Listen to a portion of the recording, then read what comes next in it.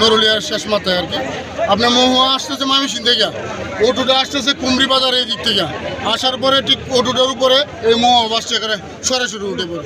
তারপরে আপনার একজন একদম আরেকজন মহিলা আছে, উনিও মনে হয় সম্ভবত আমার যে ধারণা, আরেকজন মাথা ফাইটে গেছে। মানে চারজনকে সদর হাসপাতালে দেওয়া হয়।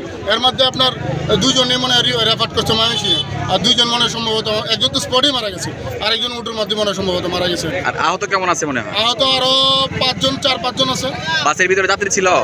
অবশ্যই কিছু যাত্রী ছিল, তো ওরা তো তেমন না, চলে গেছে, ওরা কোনো ক্ষয়ক্ষতি হয়নি। কিন্তু আমরা এলাকাবাসীর দাবি, দীর্ঘদিন ধরে এই যে প্রশাসন ডিসি অফিস থেকে মহোদয় থেকে শুরু করে এখানে একটা গুলচক্কর দেওয়ার কথা ছিল, আর স্পিড ব্রেকার দেওয়ার কথা ছিল। কোনো স্পিড ব্রেকার দেওয়ার কোনো অগ্রগতি নাই।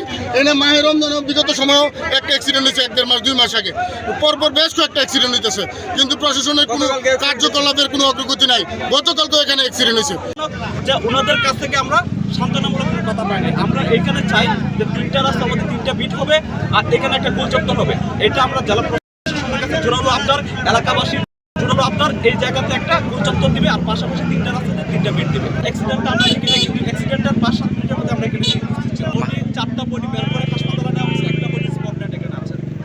এখনো মনে হচ্ছে একটা বাচ্চা নিখোঁজ, এখনো পাওয়া যাচ্ছে না। কে যে বাচ্চার আত্মীয় স্বজন বুঝতে ছিল বাচ্চাটাকে, এখন কি হাসপাতালে নেওয়া হয়েছে কিনা এটা এখনো জানা নেই। আর বাসে যাত্রী ছিল না? বাসের যাত্রী সবাই চলে গেছে।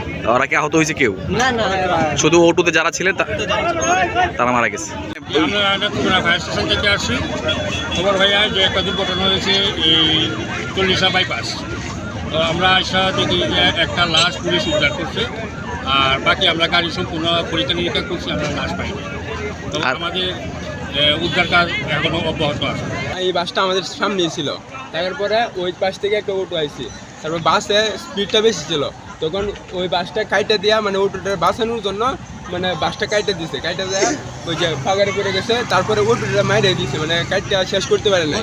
এখানে অনেকজন আহত হয়েছে, এবং মিনিমাম তারা অনেকেই বলতেছে যে 6 জন বা 4 জন জায়গায় নিহত হয়ে গেছে, মানে মারা গেছে।